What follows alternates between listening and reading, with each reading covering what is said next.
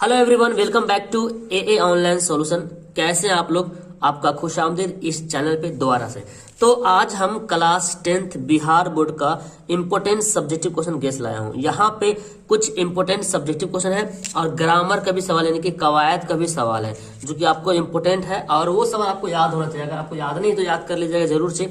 तो चलिए मैं धीरे धीरे इस तरह से लाता रहूंगा वीडियो। इस वीडियो में आपको 3 इंपोर्टेंट सब्जेक्टिव बताऊंगा, उसके बाद फिर ग्रामर का सवाल, ठीक है ना। तो सबसे पहले मेरे पास सवाल है, तनकीद के बारे में 5 जुमले लिखिए, ठीक है ना। तनकीद के बारे में 5 जुमले लिखिए।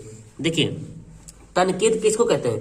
तनकीद बोलते हैं किसी चीज के बारे में तनकीद कर रहे हैं, नुक्स निकाल रहे हैं, तो उसी के बारे में बोला गया। तनकीद के बारे में 5 जुमले लिखिए। देखिए, लफ्ज तनकीद के मानी खरे और खोटे की परख करना है, मतलब क्या अच्छा है क्या बुरा है उसकी जांच करना है। अदब की इस्लाह में, मतलब अदब की सुधार के लिए, इस्लाह मतलब सुधार के लिए, तनकीद इस अमल को कहते हैं जिसमें किसी अदबी निगारिश की खूबियों और खामियों का जायजा लिया जाता है। मतलब अगर अदब की लाइन, अदब की अमली देखा जाए, अदब के मामले में अदब की सुधार के लिए, तो तनकीद इसको कहेंगे जिसमें किसी अदब निगारिश, मतलब जो अदब लिखता है, जो अदबी लिखता है, ठीक है ना, जो कुछ भी लिखता है ना, उसकी खूबियों और खराबियों का जायजा लिया जाए कि क्या सही क्या गलत है ना। तनकीद की वजह से तख्लीक में निखार पैदा होता है। तनकीद जब होता है तो निखार पैदा होता है। जैसे आप अगर पढ़ रहे हैं ना, जैसे मैंने कुछ लिखा है तो कुछ बंदा तनकीद करेगा, सर आपकी राइटिंग सही नहीं है, तो मैं कोशिश करूंगा अपनी राइटिंग को सुधारने के लिए, है ना। या तो कुछ ये गलती है तो बंदा कमेंट करेगा, सर आपकी थोड़ा सा लिखने में थोड़ा सा और बड़ा बड़ा लिखिए, तो उसको मैं सुधारने की कोशिश करूंगा। तो ये तनकीद हुआ। तो इसी तरह के तरीके से तनकीद की वजह से तो तख्लीक में निखार पैदा होता है। जो भी बनाता है, जैसे किसी ने नॉवेल लिखा, किसी ने कहानी लिखा, तो बंदा कमेंट करता कि ये कहानी सही नहीं, थोड़ा सा और होना चाहिए, तो जो लिखने वाला होता है उसको सुधारने की कोशिश करता है। इसी तरह के यहाँ बोला गया, तनकीद की वजह से तख्लीक में निखार पैदा होता है, यानी कि जो बना हुआ है ना, जो तख्लीक करने वाला है, जो तख्लीक हुआ है, उसमें निखार पैदा होता है। ये अलग बात है कि आम तौर पर तनकीद में किसी तख्लीक की खामियों को उजागर किया जाता है। ये अलग बात है कि उसकी खामियों के बारे में बताया जाता है। जैसे आपको दिख रहा है ये वीडियो, भले ही अलग सी बात है कि कोई बंदा बोले सर आपकी राइटिंग सही नहीं है या आप छोटा छोटा लिखे, ये अलग बात है। लेकिन मैंने ये जो लिखा है तो मेरे में क्या होगा ना, इसको सुधारने की मैं कोशिश करूंगा।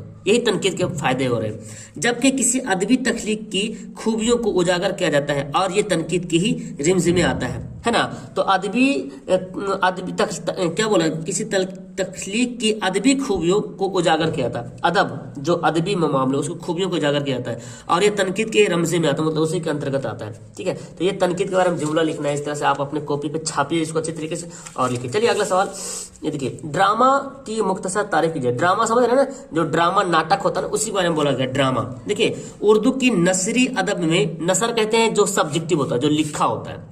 एक तो नजम होता है, एक नसर होता है, यानी कि गध पद, समझ रहे हैं, गध और पद, यानी कि पोएम और क्या बोलते हैं, पोएट्री, पोएम हो गया, और एक जो होता है जो डिटेल्स लिखा कहानी, मान लो जैसे नजम नसर, गधांश पदांश, ठीक है ना। तो नजम में नजम रहता है, कविता रहता है, और नसर में कहानी रहता है। तो उर्दू की नसरी अदब में जो लिखा हुआ, जो लिखते हैं नॉवेल कहानी वगैरह, उसमें ड्रामा भी एक अहम सिनफ है। तो ड्रामा भी एक बहुत अहम सिनफ है। नॉवेल की तरह ड्रामा भी तवील कहानी की एक किस्म होता है। नॉवेल क्या होता है, किसी आदमी के बारे में कहानी होता है, लंबी चौड़ी कहानी, मोटी मोटी किताबें होती है। तो इसी की तरह भी ड्रामा में भी इसी तरह से होता है, कोई कहानी उठा लिया, उसके बारे में पूरा लिखा हुआ है।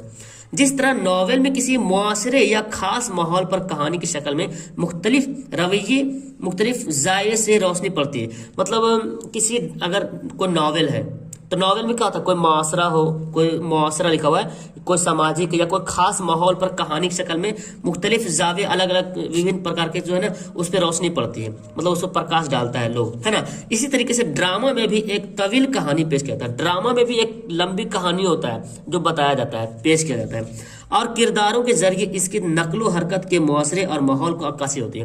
तो नॉवेल जो किताब में लिखा होता है तो नॉवेल से हम सिर्फ पढ़ लेते हैं, लेकिन ड्रामा, वही चीज को अगर नॉवेल को ड्रामा में तब्दील कर दिया जाए तो अलग अलग उसमें कैरेक्टर देखने को मिलेगा, किरदार मिलेगा, कोई हीरो है, कोई हीरोइन है, कोई गुंडा है, कोई अच्छा आदमी, कोई बुरा आदमी, सब तरह देखने मिलेगा। लेकिन जब आप नॉवेल पढ़ते हो तो सिर्फ आप पढ़ते हो, उतना इंटरेस्ट नहीं आता है। जैसे मान लीजिए कोई मूवी है, कोई नॉवेल है, कोई भी मूवी बनता है तो नॉवेल के हिसाब से बनता है, ठीक है ना।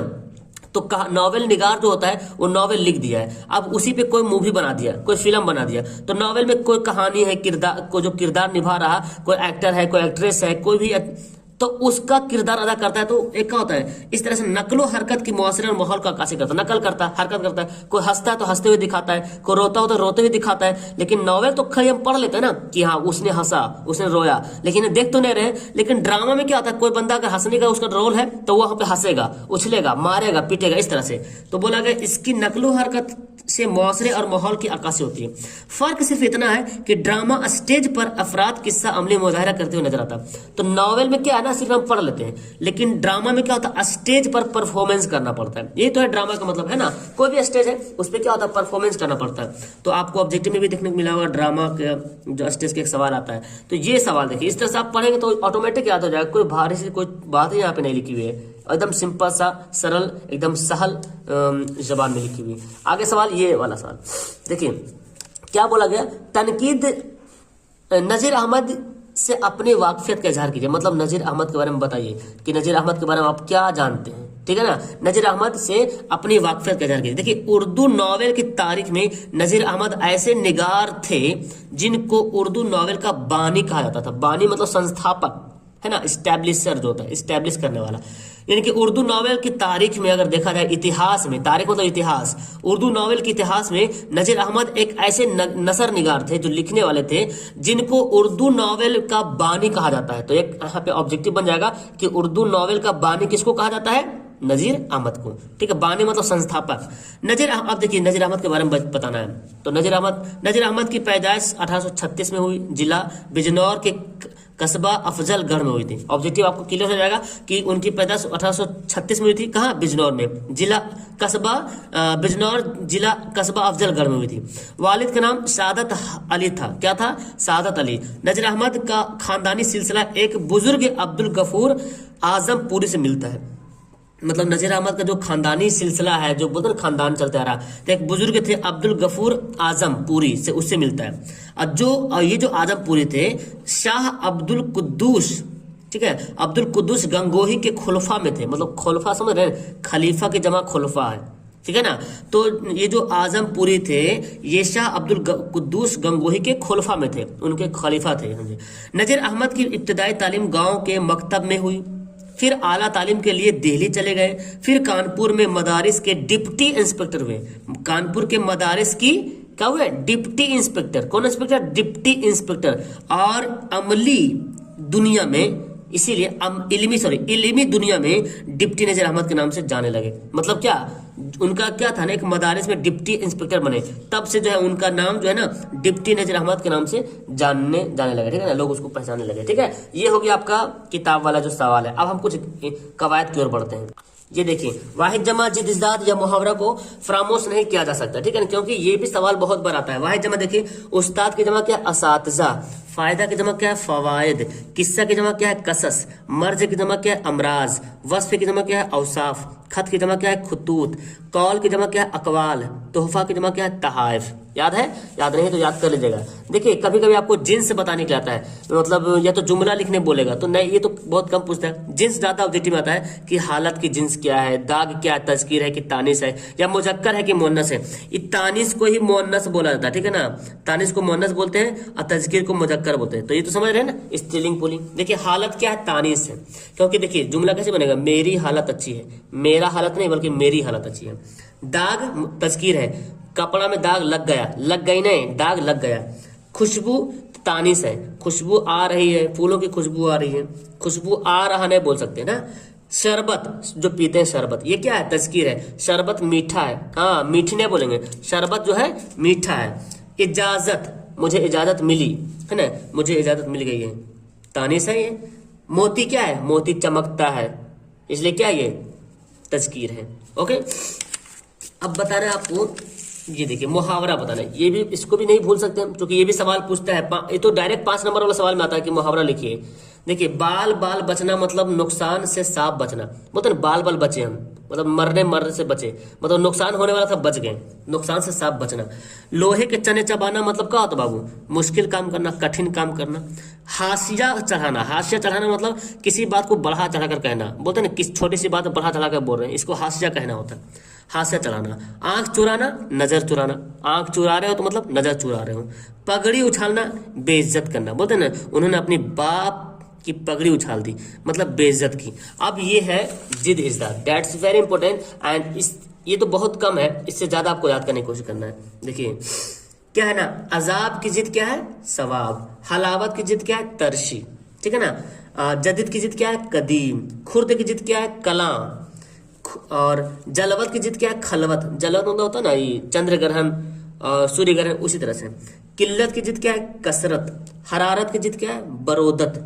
हुस्न की जिद क्या है, कबाह। हुस्न मतलब खूबसूरत, कबाह मतलब बदसूरत। हसीन की जिद क्या है, कभी। देखिए हुस्न में ये जोड़ दिए तो कबाह में भी ये जोड़ दिए, तो हुस्न से हसीन हो गया और कबाह से कभी हो गया। अर्ज की जिद क्या है, समा। खरीद की जिद क्या है, फरोख्त। काजिब की जिद क्या है, सादिक। नूर की जिद क्या है, जुल्मत। मुआहिद की जिद क्या है, मुशरिक। ठीक है ना। सगीर की जिद क्या है, कबीर। असगर की जिद क्या है, अकबर। और मशरिक की जिद क्या है, मगरिब। तो यहाँ तक आपके लिए इंपोर्टेंट बना।